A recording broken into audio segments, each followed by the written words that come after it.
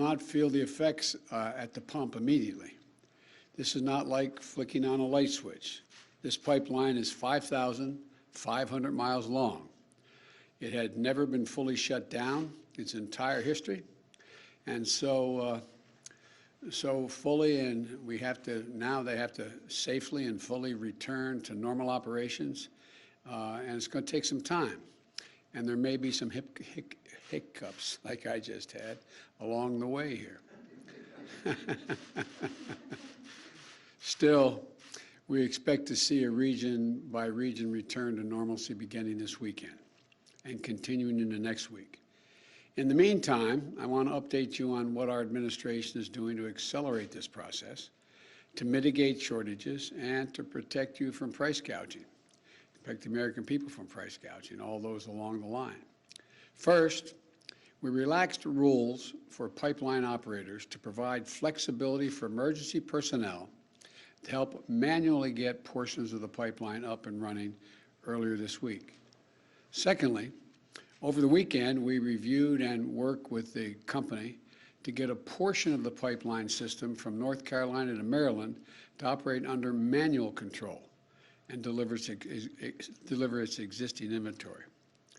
In addition, we put in place emergency orders that lifts the hours restrictions and allowed states to lift weight restrictions for tank truck drivers to be on the road. This allows those drivers to work more and carry more fuel to the affected regions. Third, the Environmental Protection Agency issued a targeted 20-day waiver of standards in several states to give fuel suppliers more flexibility to use available fuels where they're needed, which will boost the fuel supply. And those last two actions have made tens of millions of gallons of additional fuel available each day to be able to be distributed. Put another way, the extraordinary measures the administration has taken, we estimate, sent enough gas to stations to fill the tanks of over 5 million vehicles in the last few days. Fourthly, as part of an effort to use every possible means to accelerate fuel deliveries, last night I granted a waiver of the Jones Act to fuel suppliers. This allows non-U.S. flagged vessels to transport refined fuel products from the Gulf of Mexico to affected areas, and we'll grant additional waivers if necessary. These steps are temporary, but they will remain in place until full service is fully restored. This is a whole of government response to get more fuel more quickly to where it's needed and to limit the pain being felt by American customers. Now, here's what drives the driver in the states that are affected. Here's what you can do, the drivers. Don't panic, number one. I know seeing lines at the pumps or gas stations with no gas can be extremely stressful, but this is a temporary situation. Do not get more gas than you need in the next few days. As I said, we expect the situation to begin to improve by the weekend and into early next week, and gasoline supply is coming back online, and panic buying will only slow the process. And I also want to say something to the gas stations. Do not, I repeat, do not try to take advantage of consumers during this time. I'm going to work with governors in the affected states to put a stop to price gouging wherever it arises. And I'm asking our federal agencies to stand ready to provide assistance to state-level efforts to monitor and address any price gouging at the pump. Nobody should be using this situation for financial gain. That's what the hackers are trying to do. That's what they're about, not us. That's not who we are. And as for the people who carried out this attack, the FBI has released details on the attack so others can take steps to prevent from being victimized like Colonial has been. We do not believe, I emphasize, we do not believe the Russian government was involved in this attack, but we do have strong reason to believe that the criminals who did the attack are living in Russia. That's where it came from. We're from Russia. We have been in direct communications with Moscow about the imperative for responsible countries to take decisive action against these ransomware networks. And we're also going to pursue a measure to disrupt their ability to operate. and our Justice Department has launched a new task force dedicated to prosecuting ransomware hackers to the full extent of the law.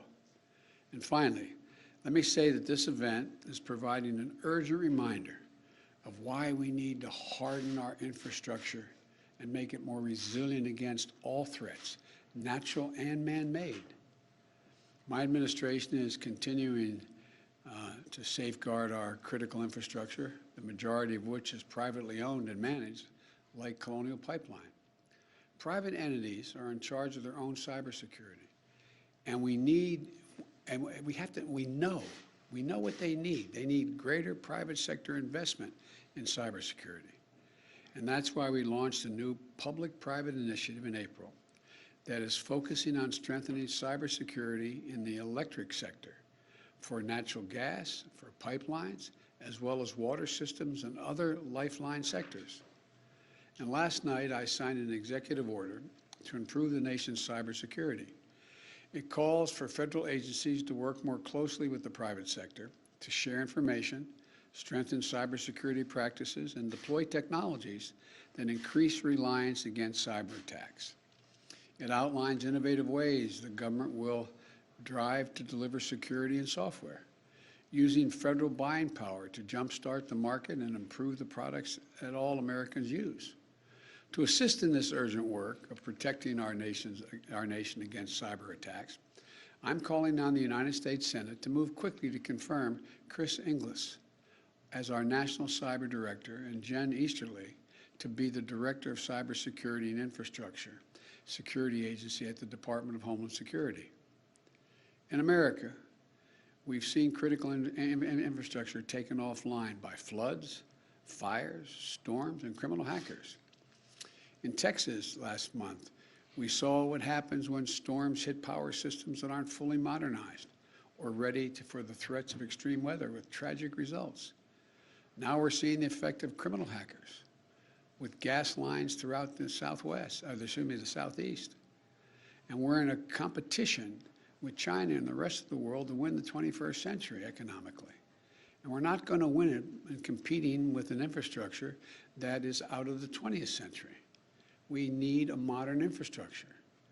My American Jobs Plan includes transformative investments in modernizing and securing our critical infrastructure. Later this afternoon, I'll be meeting with Republican senators to discuss ways we can move forward on modernizing the infrastructure we have today and building the infrastructure we need for tomorrow. I'm willing to negotiate, as I've indicated yesterday to the House members and to the leadership. But it's clearer than ever that doing nothing is not an option. Again, we expect things to return to normal over the next several days. I will be monitoring Colonial's progress and the federal government's support every step of the way. So stay strong. Help is on the way.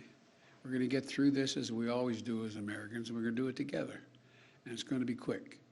God bless you all, and may God protect our troops. Mr. President, you said that hackers are believed to be living in Russia. At what point does the U.S. start to try to inflict pain on governments who allow this sort of thing to happen in their territory? We are working to try to get to the place where we have sort of an international standard, that governments, knowing that criminal activities are happening from their territory, that we all move on those criminal enterprises. And I expect that's one of the topics I'll be talking about with President Putin.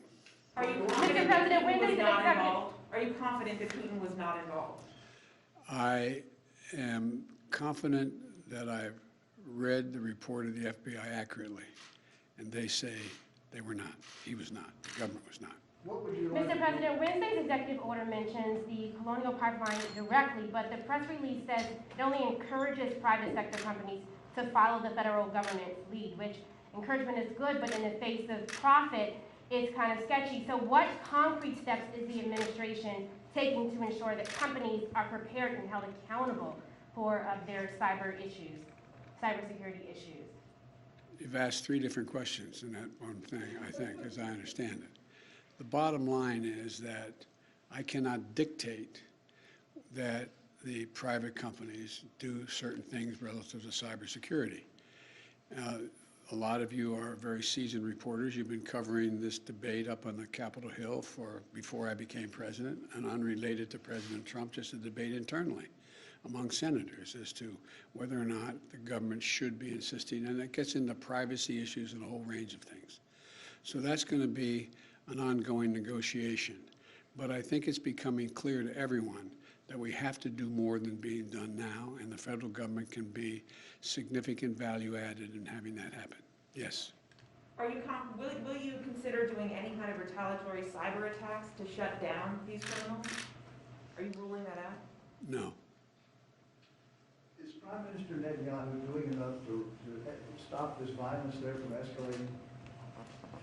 I had a brief conversation with him yesterday, and I have my intelligence community, the Defense Department, as well as the State Department, have been in contact with all of their counterparts not only in Israel, but in the region.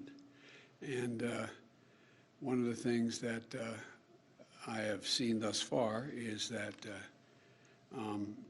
there has not been a significant overreaction. The question is how we get to a point where they get to a point where there is a significant reduction in the attacks, particularly the rocket attacks that are indiscriminately fired into population centers. But I expect I'll be having some more discussions. And we haven't just spoken with the Israelis, with the Egyptians, the Saudi, and others. So it's a work in progress right now. So thank you all so very much. One more, Mr. President, would you take one more on the ransom? Were you briefed on the fact that the company did pay the ransom? I have no comment on that. Thank you. Thank you, sir.